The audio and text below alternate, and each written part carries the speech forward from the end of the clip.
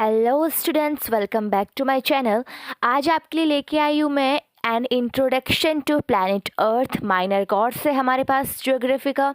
इसका काफ़ी important question exam में आने के बहुत ज़्यादा चांसेस हैं, उसको हम देखने वाले हैं। आज वीडियो काफ़ी टाइम बाद आ रहा है। मेरे पास पहले के जो वीडियो बनाए हुए थे मैंने वो अपलोड किए थे कुछ दिनों बाद, लेकिन बीच में काफ़ी लंबा गैप आ गया था। तो उस टाइम मेरे एग्ज़ाम्स चल रहे थे और अभी मैं फिर से स्टार्ट कर रही हूँ, लेकिन रेगुलर नहीं आ पाएंगे वीडियोस। बट वीक में 2 या 3 वीडियोस फ़िलहाल मैं अपलोड कर पाऊँगी बिकॉज़ मेरे एग्ज़ाम्स चल रहे हैं। तो स्टार्ट करते हैं। फर्स्ट यहाँ पे जो मैं आपके लिए क्वेश्चन लेके आई हूँ, बहुत ही इम्पॉर्टेंट क्वेश्चन है। सौर मंडल का अर्थ स्पष्ट कीजिए, इसकी संरचना का उल्लेख कीजिए। क्वेश्चन ऐसे भी आ सकता है, सौर मंडल के तत्वों के अध्ययन के महत्व की विवेचना कीजिए। अब इसके बारे में हम देखें। सबसे पहले आंसर तो सौर मंडल का अर्थ। सौर मंडल क्या है? तो सौर मंडल, जिसे इंग्लिश में हम सोलर सिस्टम कहते हैं, ब्रह्मांड में स्थित हमारे ग्रह पृथ्वी का वह हिस्सा है जहां सूर्य केंद्र में स्थित है और उसके चारों ओर विभिन्न ग्रह, उपग्रह, क्षुद्र ग्रह, धूमकेतु और बहुत से खगोलीय पिंड हैं जो अपनी अपनी कक्षाओं में घूमते हैं। सौरमंडल हमारी गैलेक्सी मिल्की वे का एक छोटा सा हिस्सा है। इसका विस्तार लगभग 100 खगोलीय इकाई एयू तक फैला हुआ है, जहां एक खगोलीय इकाई पृथ्वी और सूर्य के बीच की औसत दूरी लगभग 149.6 मिलियन किलोमीटर के बराबर होती है। आप मुझे कमेंट जरूर कीजिएगा कि पृथ्वी और सूर्य के बीच की अधिकतम दूरी और न्यूनतम दूरी कितनी होती है। मैंने लास्ट वीडियो में आपको बताई थी। आगे देखते हैं। सौर मंडल की संरचना जटिल और विविधतापूर्ण है। यह पर मुख्य रूप से सूर्य, ग्रह, उपग्रह, क्षुद्र ग्रह, बेल्ट, धूमकेतु और जो कई अन्य खगोलीय पिंड हैं उन सबसे मिलकर बना है। ये सभी पिंड सूर्य के गुरुत्वाकर्षण बल के कारण उसकी ओर आकर्षित होते हैं और एक निश्चित पथ पर घूमते रहते हैं। संरचना को समझते हैं सौरमंडल की। तो इसमें सबसे पहले आता है सूर्य। सूर्य सौरमंडल का केंद्र है। सूर्य सौरमंडल का केंद्रीय पिंड है और इसका द्रव्यमान और मंडल के कुल द्रव्यमान का 99.86% है। 99.86% आप समझ रहे हैं। यह मुख्य रूप से हाइड्रोजन मतलब लगभग 74% और हीलियम लगभग 24% से बना हुआ है। एक विशाल गैसीय गोला है सूर्य। सूर्य का तापमान सतह पर लगभग 5500 डिग्री सेल्सियस और केंद्र में लगभग 15 मिलियन डिग्री सेल्सियस तक पहुंचता है। यह अपनी ऊर्जा न्यूक्लियर फ्यूजन प्रक्रिया के माध्यम से उत्पन्न करता है, जिसमें हाइड्रोजन जो परमाणु होते हैं वो हीलियम में परिवर्तित होते हैं। सूर्य की ऊर्जा प्रकाश की ऊष्मा के रूप में पृथ्वी तक पहुंचती है, जिससे जीवन संभव होता है। यह न केवल सौर मंडल का ऊर्जा स्रोत है, बल्कि यह ग्रहों और अन्य पिंडों को गुरुत्वाकर्षण बल से बांधे रखता है। दूसरे नंबर पे आता है ग्रह, सूर्य की परिक्रमा करने वाले खगोलीय पिंड। सौरमंडल में कुल 8 ग्रह हैं, जिन्हें उनकी दूरी के आधार पर 2 श्रेणी में विभाजित किया जाता है। पहले होते हैं आंतरिक ग्रह और दूसरे होते हैं बाहरी ग्रह। आंतरिक ग्रह कौन से होते हैं? जो सूर्य के निकट होते हैं, पथरीले होते हैं और छोटे होते हैं। और बाहरी ग्रह जो गैस के विशाल गोले होते हैं। आंतरिक ग्रह में कौन कौन है? बुध, शुक्र, पृथ्वी और मंगल। बुध क्या है? तो बुध यह सूर्य का सबसे नज़दीक और सबसे छोटा ग्रह है। इसका वायुमंडल लगभग न के बराबर है और इसकी सतह पर दिन और रात के तापमान में अत्यधिक अंतर होता है। शुक्र के बारे में देखें तो इसे पृथ्वी का जुड़वा ग्रह भी कहा जाता है, क्योंकि इसका आकार और संरचना पृथ्वी से मिलती जुलती है। इसका वातावरण मुख्य रूप से कार्बन डाइऑक्साइड से बना है और सतह पर तापमान 450 डिग्री सेल्सियस तक पहुंच सकता है। पृथ्वी जहां हम रहते हैं, हमारी प्यारी अर्थ, यह जीवन के लिए ज्ञात एकमात्र ग्रह है। इसका वातावरण नाइट्रोजन, ऑक्सीजन और बहुत सी गैसों से बना है। पानी की उपस्थिति जो है इसे विशेष बनाती है। मंगल के बारे में देखें, इसे लाल ग्रह कहा जाता है। इसकी सतह पर लोहे के ऑक्साइड की मौजूदगी इसे लाल रंग प्रदान करती है।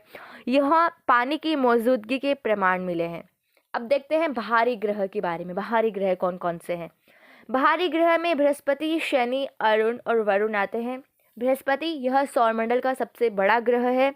इसका मुख्य घटक हाइड्रोजन और हीलियम है। यह एक बड़ा लाल धब्बा रखता है जो एक विशाल तूफान। शनि के बारे में देखें तो इसे इसके विशिष्ट वलयों के लिए जाना जाता है जो बर्फ और धूल के कणों से बने हैं। अरुण, इसका वातावरण मुख्य रूप से हाइड्रोजन, हीलियम और मीथेन से बना है जो इसे हल्का नीला रंग देता है। वरुण, यह सबसे दूर का ग्रह है और अपनी गहरी नीली उपस्थिति के लिए जाना जाता है। अब हम देखते हैं उपग्रह के बारे में। उपग्रह, जिन्हें ग्रहों के साथी कहते हैं, ग्रहों के चारों ओर घूमने वाले पिंडों को उपग्रह कहा जाता है। इनमें से कुछ प्राकृतिक होते हैं, कुछ कृत्रिम होते हैं। प्राकृतिक में पृथ्वी का चंद्रमा और कृत्रिम में जो मनुष्य द्वारा भेजे जाते हैं। चंद्रमा पृथ्वी का एकमात्र प्राकृतिक उपग्रह है और सौर ग्रहण, ज्वार भाटा और रात में प्रकाश का मुख्य स्रोत है। बृहस्पति और शनि के पास दर्जनों उपग्रह हैं, जिनमें गैनीमेड बृहस्पति का उपग्रह है जो सबसे बड़ा है। अब बात करते हैं क्षुद्र ग्रह की। क्षुद्र ग्रह छोटे पथरीले पिंड होते हैं। क्षुद्र ग्रह मुख्य रूप से मंगल और बृहस्पति के बीच स्थित क्षुद्र ग्रह पट्टी में पाए जाते हैं। ये सौर मंडल के प्रारंभिक निर्माण के बचे हुए अवशेष हैं। इनमें से कुछ पृथ्वी के निकट आते हैं और संभावित खतरा पैदा कर देते हैं। इनका जो आकार है वो कुछ मीटर से लेकर सैकड़ों किलोमीटर तक हो सकता है। अब देखते हैं धूमकेतु, जो बर्फ और धूल के गोले होते हैं। धूमकेतु सूर्य के चारों ओर अंडाकार पथ पर घूमते हैं और इनका अधिकांश भाग बर्फ, धूल और गैस से बना होता है। जब ये सूर्य के निकट आते हैं तो गर्मी के कारण इनकी बर्फ गैस में परिवर्तित हो जाती है, जिससे इनकी पूंछ बनती है। हाले का धूमकेतु सबसे प्रसिद्ध है, जो हर 76 साल बाद दिखाई देता है। अब हम बात करते हैं क्षुद्र ग्रह और काइपर बेल्ट के बारे में। सौरमंडल के बाहरी क्षेत्र में नेपच्यून की कक्षा से परे काइपर बेल्ट स्थित है। यह बर्फीले पिंडों का क्षेत्र है जिसमें बौने ग्रह, प्लूटो और अन्य कई खगोलीय पिंड शामिल हैं। काइपर बेल्ट के बाहर ऊर्ट मैघ स्थित है जो धूमकेतुओं का मुख्य स्रोत है। लास्ट आता है, लास्ट से पहले हमारे पास बौने ग्रह, जिन्हें प्लूटो और अन्य ग्रह शामिल होते हैं इसके अंदर।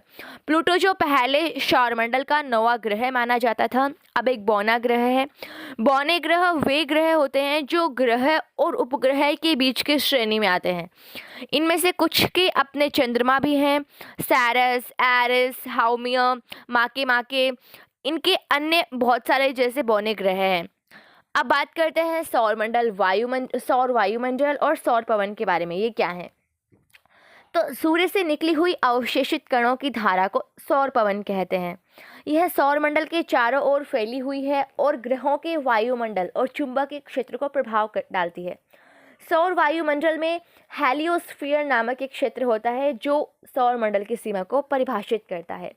अब बात करते हैं सौर मंडल के तत्वों का अध्ययन, महत्व देखेंगे, लेकिन उससे पहले हम देख लेते हैं सीमाएं क्या हैं। तो सौर मंडल की सीमा हेलियोपोज के रूप में मानी जाती है, जो उस बिंदु को दर्शाती है जहां सौर पवन का प्रभाव समाप्त हो जाता है और इंटरस्टेलर माध्यम शुरू होता है। सौरमंडल की उम्र लगभग 4.6 अरब वर्ष है और वैज्ञानिकों का अनुमान है कि अगले 5 अरब वर्षों तक स्थिर रहेगा, जिसके बाद सूर्य एक लाल विशालकाय बनकर अपने जीवन चक्र का अंत करेगा। सौरमंडल का अध्ययन न केवल खगोल शास्त्रियों और वैज्ञानिकों के लिए बल्कि हमारे समाज के लिए भी अत्यंत महत्वपूर्ण है।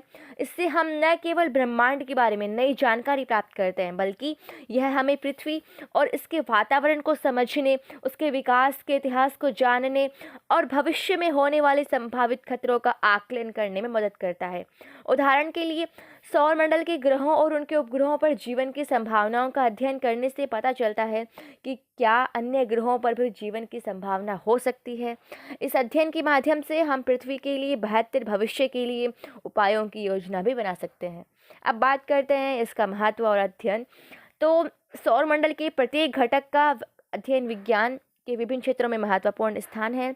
ग्रहों की कक्षाओं का अध्ययन करके हम गुरुत्वाकर्षण बल के सिद्धांतों को और अधिक स्पष्ट कर सकते हैं, जबकि ग्रहों की संरचना और उनके वातावरण का अध्ययन हमें पृथ्वी पर जीवन के लिए आवश्यक स्थितियों को समझने में मदद करता है।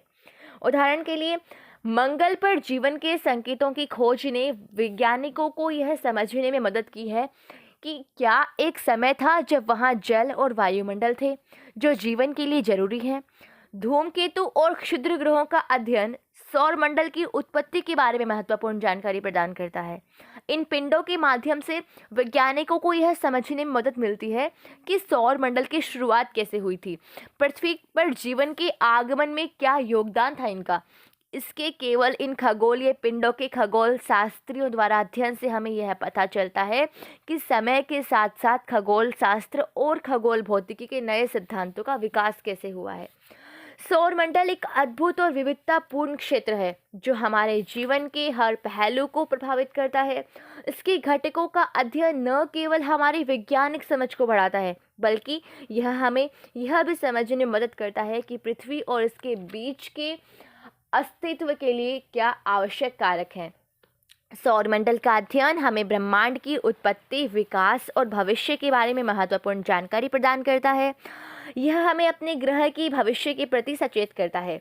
इस अध्ययन का महत्व आने वाले समय में और भी बढ़ने वाला है, जब हम नए अंतरिक्ष मिशनों, तकनीकी विकास और मानव सभ्यता के ब्रह्मांड में विस्तारित होने के रास्ते पर होंगे। सौरमंडल केवल हमारे ग्रह पृथ्वी के आसपास के खगोलीय पिंडों का समूह नहीं है, बल्कि यह जीवन, विकास और अस्तित्व के बारे में हमारे ज्ञान को समझने का एक बड़ा संदर्भ है। इसके घटकों की परिपूर्णता और जटिलता हमें यह सिखाती है कि पृथ्वी और अन्य ग्रहों पर जीवन की संभावना कितनी अनमोल और दुर्लभ हो सकती है, और यह हमें इस ग्रह की रक्षा करने की जिम्मेदारी भी सौंपती है। अगर आपको वीडियो अच्छी लगी है तो वीडियो को लाइक कीजिए, चैनल को सब्सक्राइब कीजिए, और किस तरह की वीडियो चाहिए आप मुझे कमेंट कर सकते हैं। किसी भी प्रकार के पीडीएफ नोट्स के लिए आप टेलीग्राम ग्रुप को ज्वाइन कर सकते हैं। कोई क्वेरी आप मुझे पूछ सकते हैं। अगर आपको वीडियो अच्छी लगे तो प्लीज़ सब्सक्राइब जरूर कर दीजिएगा। ऑल द बेस्ट, मिलते हैं नेक्स्ट वीडियो में, तब तक के लिए बाय बाय।